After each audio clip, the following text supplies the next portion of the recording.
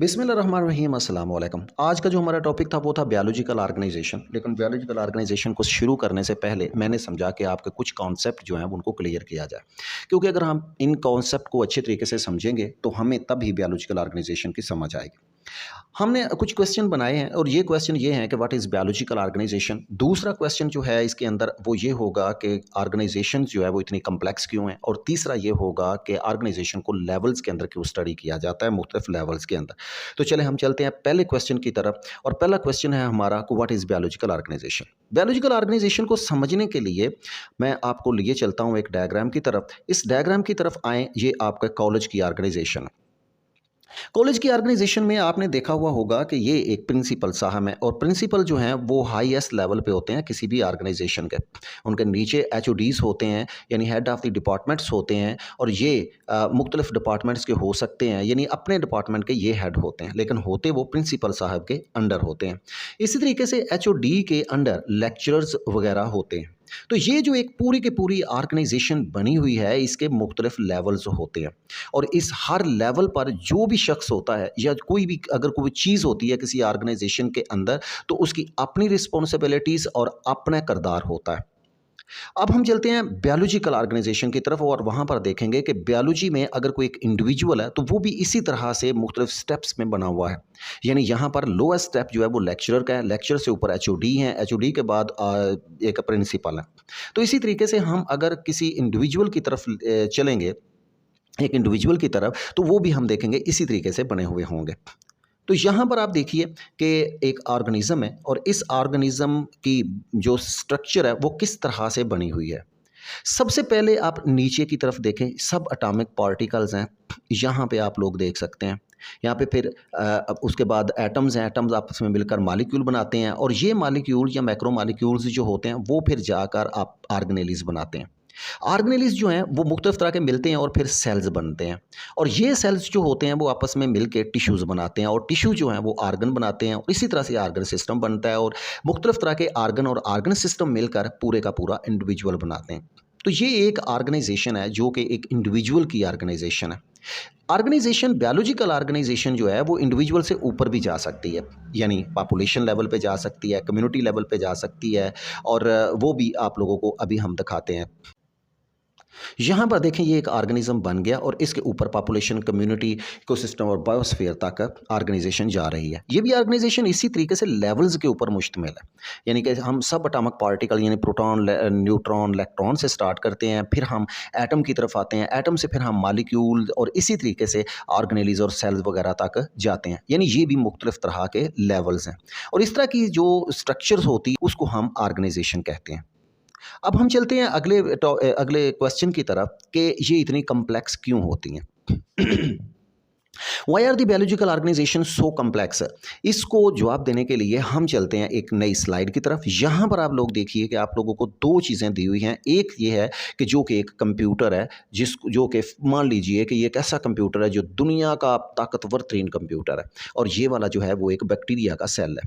सबसे सादा तरीन ऑर्गेनिज्म जो है, अगर इसको देखा जाए तो वो बैक्टीरिया बनता है, क्योंकि ये एक प्रोकैरियोटिक है। इसके अंदर बहुत सारी ऑर्गेनेलिज भी मौजूद नहीं होती, और इसके अंदर वो आप कह लें कि न्यूक्लियस भी मौजूद नहीं होता। जो इसके दूसरे यूकेरियोटिक सेल हैं वो इनसे भी ज़्यादा कम्प्लेक्स होते हैं। मल्टी सेलुलर ऑर्गेनिज्म तो बहुत ज़्यादा कम्प्लेक्स होते हैं, जैसे कि अभी मैंने आप लोगों को इसके एग्जांपल एक इंडिविजुअल की सूरत में दिखाई। अगर यहाँ पे मुझे एक क्वेश्चन का अगर आप आंसर दें, तो देखें कि इस कंप्यूटर के अंदर क्या इसके अंदर फंक्शन ज़्यादा हैं, या इस बैक्टीरिया के अंदर फंक्शन की वैरायटी ज़्यादा है। अगर आप ये सोच रहे हैं कि कंप्यूटर के अंदर फंक्शन की वैरायटी जो है वो ज़्यादा है, तो आप टोटली रॉन्ग है। इस बैक्टीरिया के अंदर फंक्शंस की वैरायटी ज़्यादा है। लिहाजा यह बात याद रखिए कि जितने ज़्यादा किसी चीज़ के अंदर फंक्शंस होते हैं, उतनी ही ज़्यादा वो चीज़ कम्प्लेक्स होती है। इसके अंदर मिसाल के तौर पर मैं आपको एक मिसाल के तौर पर समझा रहा हूँ कि इसमें कौन कौन से फंक्शन ज़्यादा हैं। देखिए, अगर बैक्टीरिया है ना, बैक्टीरिया डिटेक्ट कर लेता है बाहर के इन्वायरमेंट को, और ये वाली जो इन्वायरमेंट अगर उसके मुनासिब ना हो, इन्वायरमेंट ठीक ना हो, तो वो अपने आप को एक और शक्ल के अंदर ढाल लेता है जिसको स्पोर कहा जाता है। ये स्पोर्स कई सालों बल्कि सैकड़ों सालों तक भी इसी हालत में पड़े रहते हैं और जब भी इनको अच्छा माहौल मिले, उनका मुनासिब माहौल मिले, वो दोबारा रीजनरेट दोबारा उसको जर्मिनेट करता है। जर्मिनेट करके वो दोबारा से अपना अपनी तरह के और बैक्टीरिया को बना लेता है। लेकिन क्या वक्त कंप्यूटर के अंदर कोई ऐसी चीज़ पाई जाती है कि ऐसी कोई सलाहियत पाई जाती है? कभी भी नहीं पाई जाती।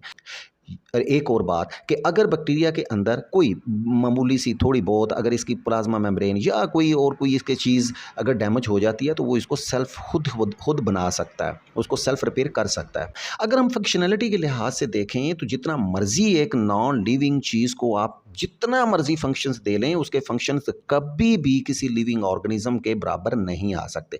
यही वजह है कि फंक्शन की वैरायटी ज़्यादा होने की वजह से जो ऑर्गेनिजम्स होते हैं, लिविंग ऑर्गेनिज्म होते हैं, उनके अंदर कम्प्लेक्सिटी ज़्यादा होती है। ये इनबिल्ट रेगुलेटरी मैकेनिज़्म भी यही चीज़ है। जिस तरीके से मैंने आप लोगों को बताया कि माहौल के अंदर यानी कोई एनवायरनमेंट है वो तब्दील हो गया। मिसाल के तौर पर उस बैक्टीरिया को खुराक नहीं मिल रही या कुछ और चीज़ नहीं मिल रही, तो वो अपने आप को सर्वाइव करने के लिए अपने आप को इस तरह से चेंज करेगा कि उस चेंज्ड एनवायरनमेंट का इम्पैक्ट इस पर कम से कम हो या बिल्कुल भी ना हो।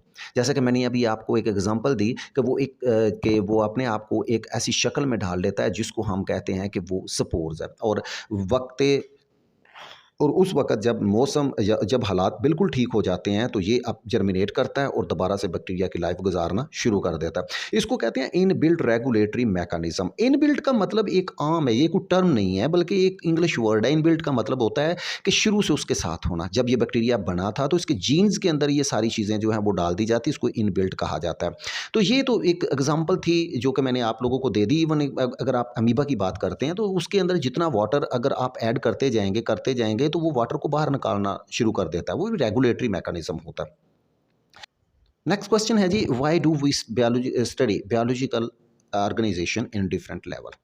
याद रखें इसका जवाब ये 3 पॉइंट्स होंगे। नंबर 1 पॉइंट ये है कि ऑर्गेनिजम्स जो होते हैं वो हाईली कॉम्प्लेक्स होते हैं, जैसा कि मैंने अभी आप लोगों को बताया।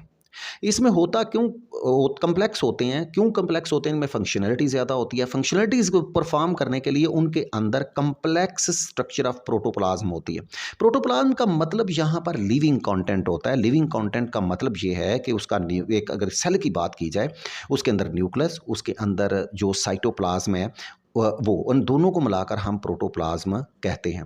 दूसरी बात वही आ गई कि हाई डिग्री ऑफ कॉम्प्लेक्सिटी इनके अंदर होती है और हाई डिग्री जितनी भी कोई चीज़ ज़्यादा कॉम्प्लेक्स होती है उसको स्टडी करना उतना ही मुश्किल होता है। इसलिए हम उनको छोटे-छोटे सेगमेंट में तकसीम करके उसको अच्छे तरीके से अंडरस्टैंड कर सकते हैं। तीसरी जो बात है वो है hundreds of reaction at A time, यानी एक ही वक्त में हंड्रेड्स ऑफ रिएक्शन इसके एट डिफरेंट लेवल्स जो हैं वो हो रहे होते हैं। अगर हमने एक ऑर्गेनाइजेशन को समझना है तो उसके बहुत ज़्यादा लेवल्स हैं, तो हर लेवल्स को अच्छे तरीके से स्टडी करेंगे तब उस ऑर्गेनाइजेशन की हमें समझ आएगी।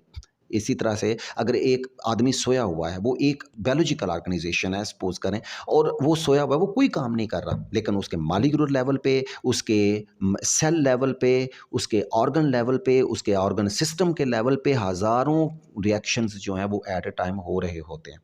इवन वो उसके सेल्स जो होते हैं वो कुछ ना कुछ प्रोड्यूस कर रहे होते हैं, दूसरे सेल से कम्युनिकेट कर रहे होते हैं, वो भी कोई सीक्रेशंस बना रहे होते हैं, कोई हार्मोन बना रहा होता है, कोई उन हार्मोन को रिस्पॉन्स कर रहा होता है, कोई अब खुराक को ले रहा होता है और इसी तरीके से कोई खुराक को उसकी रिज़र्व में तब्दील कर रहा होता है। तो ये सारी चीज़ें जो हैं वो मिलकर, यानी ये 3 पॉइंट मिलकर ये हमें मजबूर करते हैं कि हम बायोलॉजिकल ऑर्गेनाइजेशन को उसके मुख्तलिफ लेवल पर स्टडी करें ताकि इतनी कम्प्लेक्स जो बायोलॉजिकल ऑर्गेनाइजेशन है उसको हम अच्छे तरीके से स्टडी कर सकें। तो जी ये था हमारा कुछ क्वेश्चन थे जो मैंने आप लोगों को पहले क्लियर कराने थे। तो तब हम बायोलॉजिकल ऑर्गेनाइजेशन को शुरू करेंगे। परसों इंशाल्लाह आपको बायोलॉजिकल ऑर्गेनाइजेशन का पूरा टॉपिक इंशाल्लाह बना के हम भेजेंगे। तो दूसरी बात ये है कि आप लोगों के नोट्स जो हैं वो मैंने आपके जो डिस्क्रिप्शन में जाएँ, वहाँ पर मैंने लिंक दे दिया है। पूरे चैप्टर के बहुत अच्छी तरह के नोट्स आप लोगों को मिल जाएंगे। ये वाली जो स्लाइड्स मैंने आप लोग अभी देख रहे हैं, इन स्लाइड्स की भी एक PDF कॉपी मैं आप लोगों को भेज दूंगा। यानी स्लाइड जो है वो डिस्क्रिप्शन के अंदर आप लोगों को मिल जाएगी। तो हमारी जो ऑफ़र्स हैं वो आप लोगों को इस तरह की स्लाइड्स भी लाज़मी मिलेंगी जिस पर हम पढ़ाते हैं ताकि आप लोग इसको रिव्यू कर सकें।